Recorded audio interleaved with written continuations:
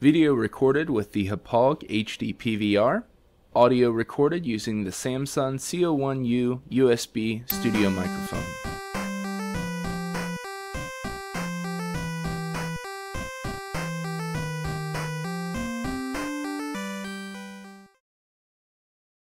One of the best experiences a retro gamer can have is when someone takes something from the original era of gaming, combines it with modern consoles, and delivers the best retro and modern gaming in one great package. Now, a few developers can pull that off successfully, but every once in a while you come across a game that really nails it. My name is Tony from the Classically Gaming and Electronic Podcast, and today I'm reviewing Moondiver for the PlayStation Network and soon to be for the Xbox Live Arcade.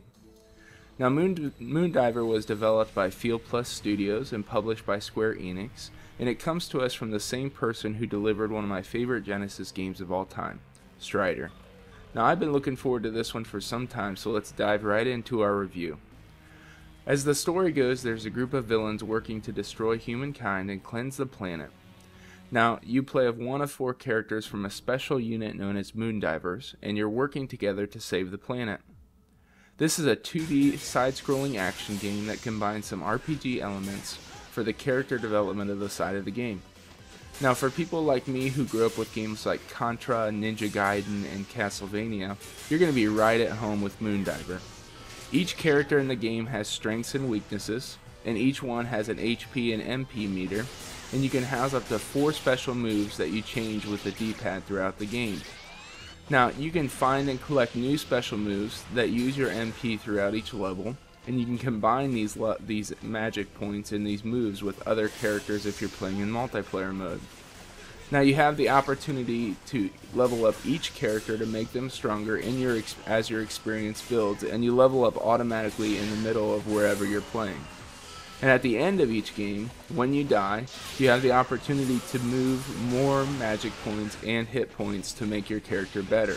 So you can kind of level up in 2 ways, the general leveling up, and then also building your meters when you die to make your character stronger before you start the game again.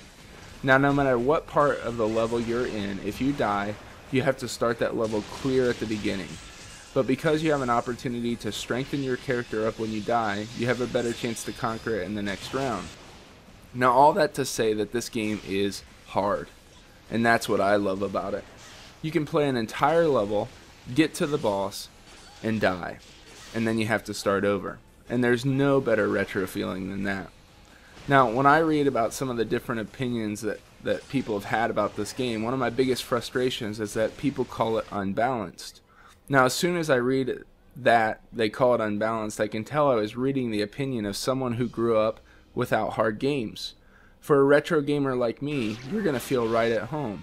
This game is not unbalanced, it's just hard.